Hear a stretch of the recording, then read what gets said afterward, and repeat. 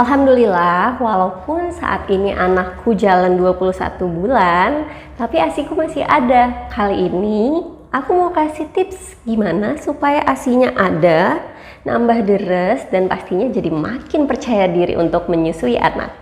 Mau tahu? Tonton videonya sampai habis ya. By the way, aku ambil referensi dari buku yang diterbitkan sama WHO, dan di situ dikatakan bahwa ada beberapa cara nih untuk meningkatkan produksi ASI. Yang pertama, kita itu harus menyusui dengan cara-cara yang benar. Gimana sih cara yang benar? Yang di sebelah kiri ini adalah cara menyusui yang benar, dan yang sebelah kanan yang kurang benar. Jadi gimana?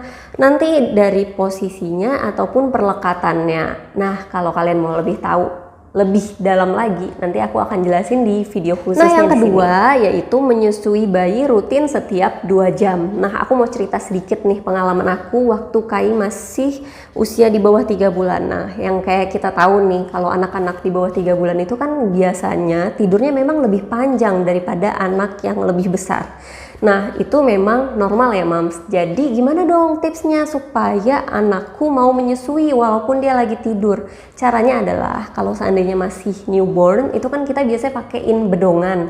Nah, bedongnya itu dibuka. Habis dibuka, kita tempel-tempelin deh badan kita biar anak kita mencium aroma tubuh kita, dan kita sodorin aja payudaranya. Nah, nggak lama dari itu pasti dia akan mulai menyusui. Yang ketiga, kita harus pastikan bahwa posisi bayi itu menempel dengan baik dan ada suara menelan yang aktif. Jadi kalian harus bisa bedain. Gimana sih cara bedainnya? Kadang-kadang nih kita bisa ngelihat kalau anak cuman ngempeng doang atau dia menghisap dan menelan, karena ada suaranya kayak glek glek glek kayak kita minum gitu juga. Yang keempat, menyusuinya itu tentu harus di tempat yang nyaman dan juga tenang. Jadi bayi lebih konsentrasi pada saat menyusui. Beberapa teman-teman atau yang curhat ke aku itu sering juga tuh bilang kalau menyusuinya gak sampai 10 menit, jadi cuman sebentar-sebentar. Kalau sesekali it's okay ya, tapi kalau setiap kali menyusu durasinya di bawah 10 menit itu harus dievaluasi lagi, kira-kira apa ya yang salah. Yang sering kelupaan juga buat kita para ibu nih, minum. Kita minumnya terlalu dikit. Padahal kalian harus tahu dulu nih, ASI itu kan namanya juga air susu ibu. Jadi lebih dari 90% itu kandungannya air. Jadi kalau kita sendiri kekurangan air, gimana kita mau menghasilkan ASI yang meluber gitu kan. Jadi kalian harus pastikan minumnya tercukupi 2-3 liter sehari, atau ya disesuaikan ya sama kondisi kalian masing-masing. Yang keenam itu adalah rooming in, atau kita tidur bersebelahan dengan anak kita. Nah, itu juga bisa meningkatkan produksi ASI. Nah, kalau gitu kalian udah lakuin 6 hal dari buku WHO tadi, yang selanjutnya adalah kalian harus makan makanan yang bergizi dong tentunya. Karena apa? Karena itu akan mempengaruhi kualitas ASI yang kalian hasilkan. Nah, kalau aku biasanya kan ya biasa ya, tradisi dari turun-temurun kayak gitu, dimasakin sayur katuk, sayur apalagi daun kelor, terus ya protein-protein yang tinggi gitu deh. Itu kan sekalian untuk memperbaiki luka pasca persalinan. Tapi kan kadang-kadang bosen ya kalau seandainya kita tiap hari makan sayur-sayur kayak gitu, apalagi harus makan dalam jumlah yang banyak, rasanya enak gitu. Kadang-kadang ada yang sama nggak sih kayak aku juga.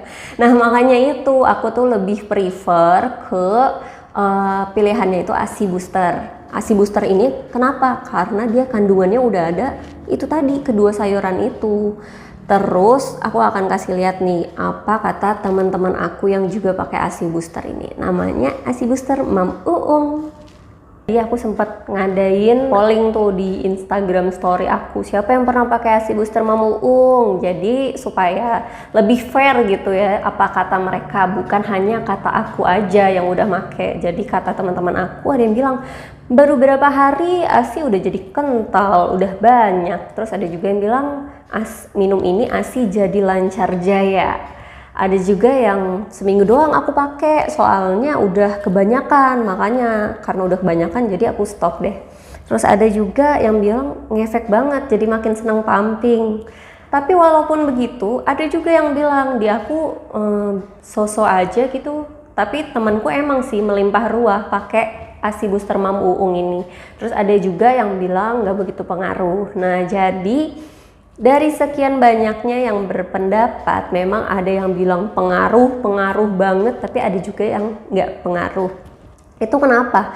Karena bisa aja memang setiap orang itu beda-beda. Ada beberapa pengaruhnya tadi. Selain 6 faktor sesuai buku WHO tadi, ada juga faktor lain. Misalnya masalah pikiran, Mams lagi lagi sedih, lagi stres. Misalnya habis lahiran, itu juga bisa mempengaruhi ke produksi ASI.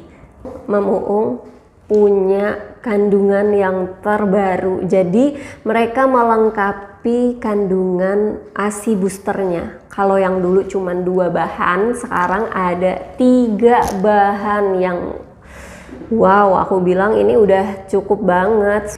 Udah banyak jurnal kedokteran yang ngebahas kandungan ketiga bahan ini memang bagus banget untuk kualitas dan kuantitas ASI. Sekaligus juga ikan gabus itu kan tinggi protein ya, jadi ini bagus banget Mams buat kalian yang habis lahiran misalnya luka, entah itu kalian normal tapi dijahit atau kalian SC dengan luka sayatan, itu mempercepat proses penyembuhan karena dibantu regenerasi selnya. Nah, kalau kalian mau beli bisa langsung aja klik link di description box. Nah, gimana? Tertarik nggak sih sama Mam Uung ini? Kalau menurut aku nggak ada salahnya kok kalau kalian mau cobain. Cobain aja dulu beli 1 botol, apalagi dengan kualitas kandungan sebagus ini, harganya juga terjangkau. Kalian bisa beli di marketplace, ataupun kalau kalian masih punya pertanyaan, Mam Uung ini ada konsul ke konselor laktasinya gratis loh Mams. Jadi kalian bisa chat tuh, konsul WA-an bahkan sampai 24 jam. Bayangin, kalian tinggal buktikan sendiri gimana kata teman-temanku dan kata aku juga tentang khasiat dari ASI booster Mam Uung ini. Kalian cukup minum 2 kapsul 2 kali sehari dan rasakan manfaatnya. Yuk kita sama-sama meningkatkan kuantitas dan kualitas ASI kita. Kalian setuju kan kalau ASI yang berkualitas bekal anak yang cerdas? Thanks for watching. See you on my next video. Bye-bye.